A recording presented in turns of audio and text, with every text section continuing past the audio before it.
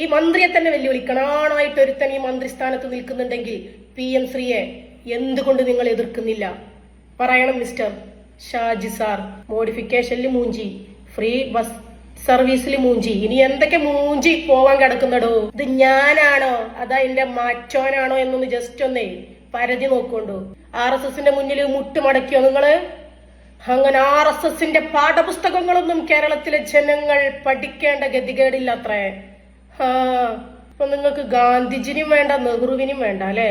RSSന്റെ പാഠപുസ്തകമാണോ നിങ്ങൾ കേരളത്തിൽ കൊണ്ടുവരാൻ പോകുന്നത്? ഹായ്, നമ്മളെ നാട്ടിലൊരു മനുഷ്യനുണ്ടായിരുന്നു. ഏതാ മനുഷ്യനെന്നറിയോ? മതമാണ് മതമാണ് മതമാണ് പ്രശ്നം എന്ന് പറഞ്ഞ് നടന്നിട്ടുള്ള ഒരു മനുഷ്യനുണ്ടായിരുന്നു. നിങ്ങൾ ആരെങ്കിലും കണ്ട മൂപ്പരെ?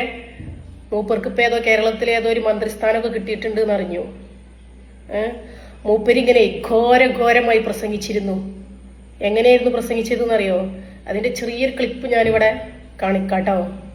എടാ CPM-കാരാ, നീയും RSSും കൂടെ തമ്മിൽ നടത്തുന്ന ഡീലുണ്ടല്ലോ, കേരളത്തിലെ വിദ്യാഭ്യാസ രംഗത്ത് കൊണ്ടുവരുന്ന PM ശ്രീ എന്ന ഡീൽ, അത് ഞങ്ങൾ അധികാരത്തിൽ കയറിയാൽ വലിച്ചെറിഞ്ഞ് ചവറ്റുകൊട്ടയിലെറിയും. നമ്മളെ സാജി സാറ്. എല്ലാവരും വേസ്റ്റ് കോട്ടയൊക്കെ തപ്പി നോക്കൊണ്ടു.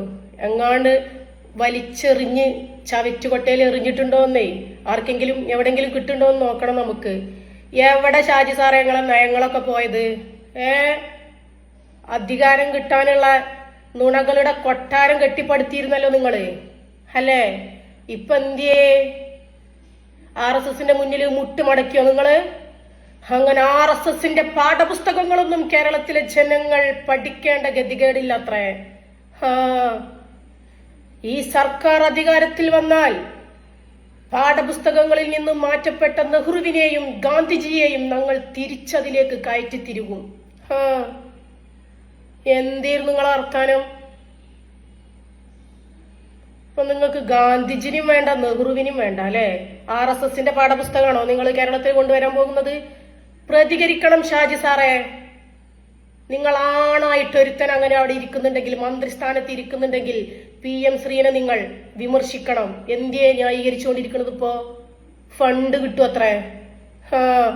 RSSന്റെ ഫണ്ട് കിട്ടിയിട്ടൊന്നല്ല കേരളത്തിലെ വിദ്യാഭ്യാസം ഇത്ര മികച്ച രീതിയിൽ ഇത്രയും കാലം മുന്നോട്ട് കൊണ്ടുപോയത് ഞങ്ങളാരും.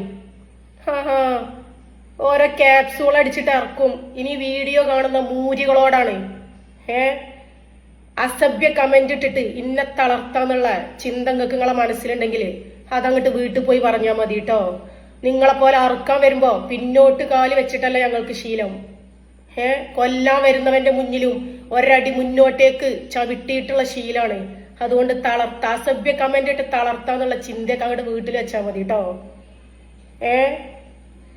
പിന്നെ വീണ്ടും മൂരികളോട് പറയട്ടെ, കമന്റ് ഇടാൻ വരുമ്പോ സത്യം എന്താണെന്ന് അന്വേഷിച്ചിട്ട് ഇറങ്ങണം.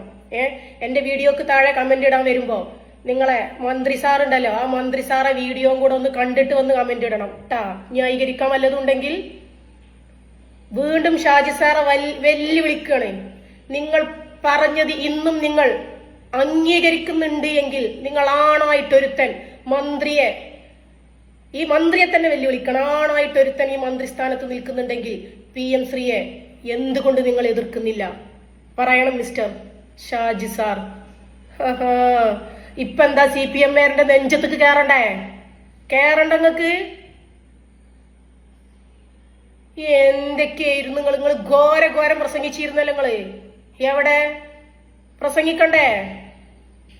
വീണ്ടും പറയട്ടെ, ഈ പറഞ്ഞ വാക്കിന് നിങ്ങൾ പുല്ല് വില കൽപ്പിക്കുന്നുണ്ടെങ്കിൽ അധികാരം കിട്ടാൻ വേണ്ടി എന്തെല്ലാം നുണകളുടെ കൊട്ടാരങ്ങളാണ് നിങ്ങൾ പടുത്തുയർത്തിയത്.